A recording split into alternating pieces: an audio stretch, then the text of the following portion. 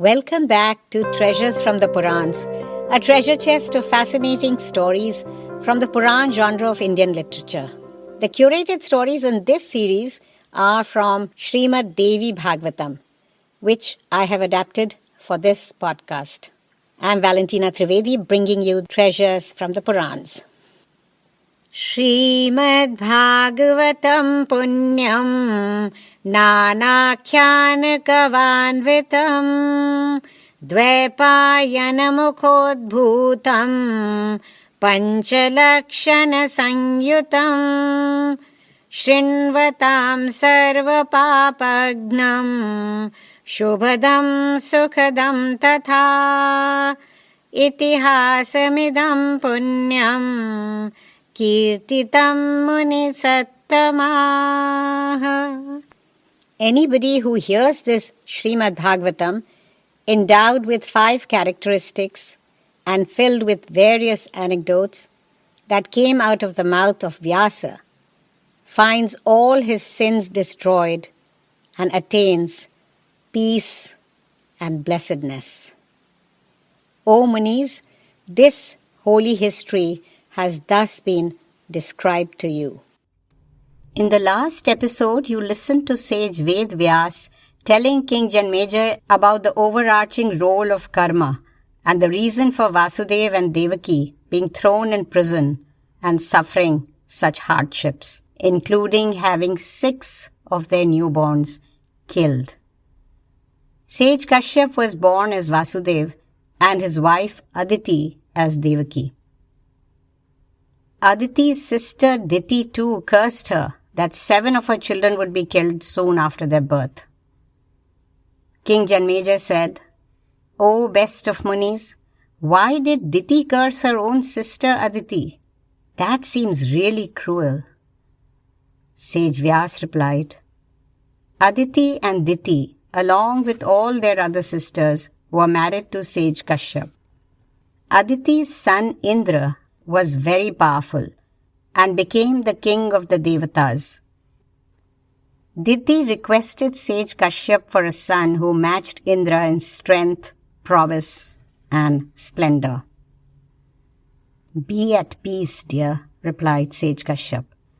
"Take a vow and practice the rite I am going to tell you, and when the prescribed period of your practice is over, you will give birth to a son as powerful as Indra." Diti promised to do so, and as per plan, conceived in due course. The beautiful Diti continued to observe the rules and practices, subsisting only on milk and sleeping on the floor. As her pregnancy advanced, Diti's face took on an amazing glow, and as the time for delivery approached, she emanated extraordinary radiance. This made her sister Aditi very anxious.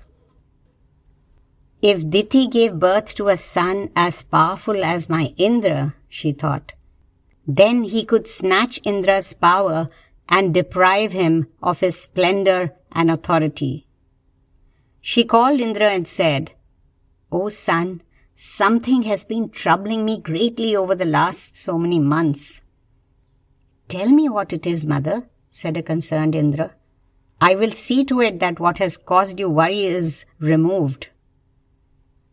"O son," said Aditi, "in the womb of Diti lives your enemy.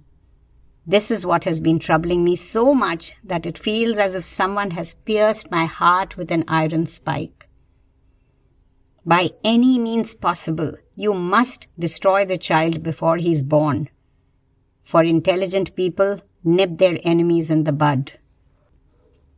Indra pondered on his mother's words and then went to meet Diti. Bowing before her humbly, he said, "O mother, I am concerned about your health. You have been practicing very difficult rites and have become quite weak. I have come to serve you. You are as dear to me as my own mother. Please allow me to wash and massage your feet so that you can relax." Diti trusted him completely, and so she allowed him to do so. She had been feeling quite tired, and as Indra massaged her feet, she fell into deep slumber. Seeing her asleep, Indra, with his thunderbolt in his hand, took a subtle form and with his yogic power entered Diti's womb, where he cut her fetus into 7 parts. Struck by the thunderbolt, the child cried out. Speaking to him gently, Indra said, "Hush, don't cry." And so saying, he cut each of the 7 parts into another 7 parts. When the good-natured Diti awoke, she was devastated to learn of Indra's treacherous deed. "Just as you have destroyed my unborn baby," she cursed Indra, "your entire kingdom over the 3 worlds will be destroyed." She knew that her sister Aditi was behind Indra's heinous act, so she cursed her too, saying several of her sons too would die soon after birth, and that she would also bear stillborn sons in her next birth. When sage Kashyap heard of this, he consoled Diti. "O blessed one," he said, "do not despair. Your 49 sons will still be born and will be the very powerful Maruts. They will be companions and friends to Indra. As per your curse," he continued, "it will bear fruit at the end of Dwapar Yug. For her jealousy, anger, and the sin she has committed, Aditi will then go down on earth in human form and suffer all that you have cursed her to suffer." Kashyap Muni's words consoled Diti, and she let go of her anger. "And so it was, O king," said sage Vedvyas, "that Aditi was born on earth in human form to fulfill the twin curses proclaimed on her by the Devata Varun and her sister Diti." King Janmejay, who had been listening with great attention, said, "Vismoto asmi mahabhaga Shrutvākhyānam mahamate Sansaroyam paparūpah Katham muccheta bandhanāt."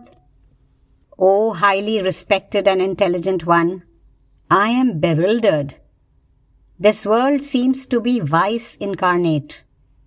I wonder how the individual souls entangled in its meshes can free themselves. When the son of the highly intelligent sage Kashyap, the ruler of the 3 lokas and the preserver of righteousness, can commit such a heinous act, what can be expected from mere mortals? Katyayani Mahamaye Bhavani Bhuvaneshwari Sansara Sagare Magnam Mamuddhar Kripamayi Brahma Vishnu Shivaradhye Prasida Jagadambike Mano Abhilashitam Devi Varam Dehi Namostute.